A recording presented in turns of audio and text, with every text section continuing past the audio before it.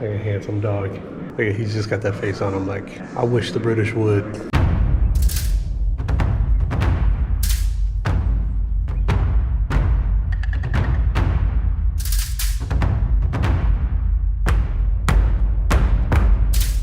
Yorktown is a peaceful riverside town so tranquil, you'd never guess it once echoed with cannon fire. But Yorktown's past, loud, really loud. First stop, the Yorktown Battlefield Visitor Center. Your front row seat to the grand finale of the American Revolutionary War. While the Civil War left its mark here, it's the legendary siege that sealed America's fate and put Yorktown on the historical map. Inside, you'll kick your visit off with a short film that sets the stage for the Siege of Yorktown. Then it's time to see the relics up close. Explore the exhibit area where you can see pieces of George Washington's actual headquarters.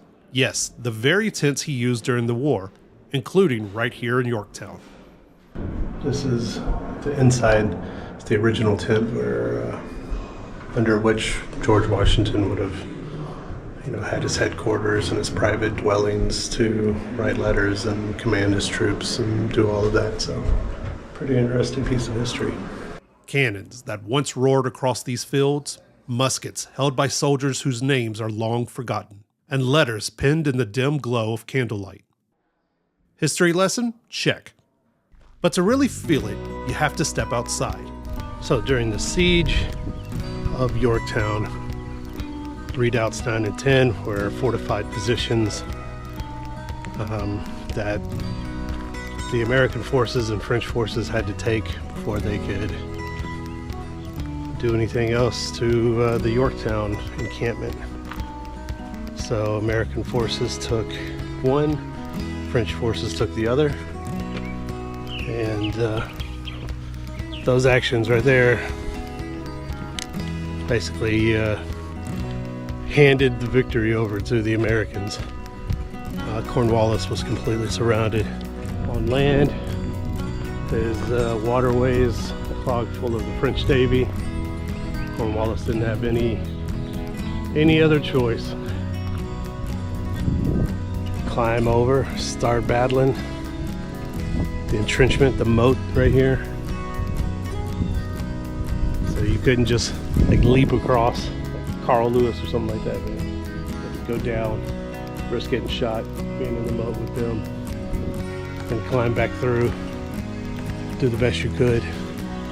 Hand-to-hand combat.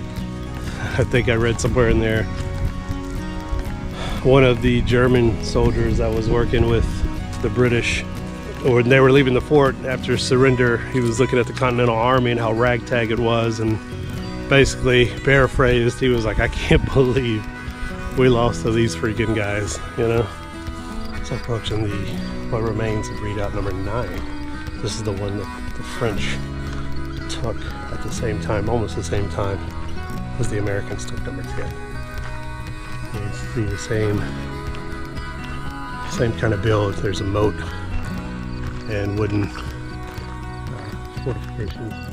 You see right behind me, that's the visitor center. So the redoubts, maybe 100 yards apart or so, maybe a little more. It's kind of the center of Redoubt number 9. They would have cannons and roughly 120 soldiers in this little area, man.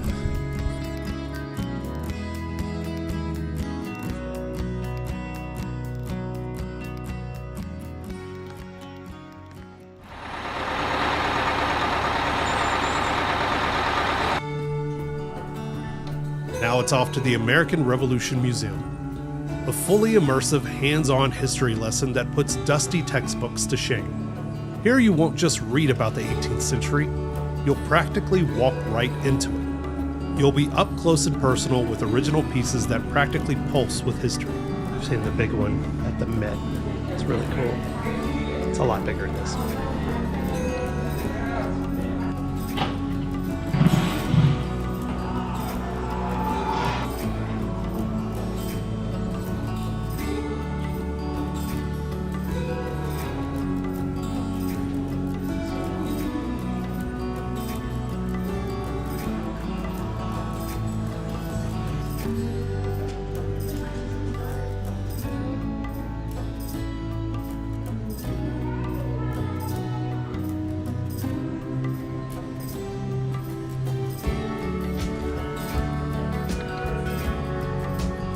From walking the very battlefield where independence was hammered out through grit and hope, to diving into museum exhibits that pull you right into the heart of the American Revolution. Every step in Yorktown proves that history here is anything but forgotten. Whether you're a dedicated history buff or just passing through with a curious mind, Yorktown's story clings to you long after you leave, reminding us that sometimes the best way to look forward is to take a step back into the past. Washington's got that face like, come on, bro. Like, why so serious?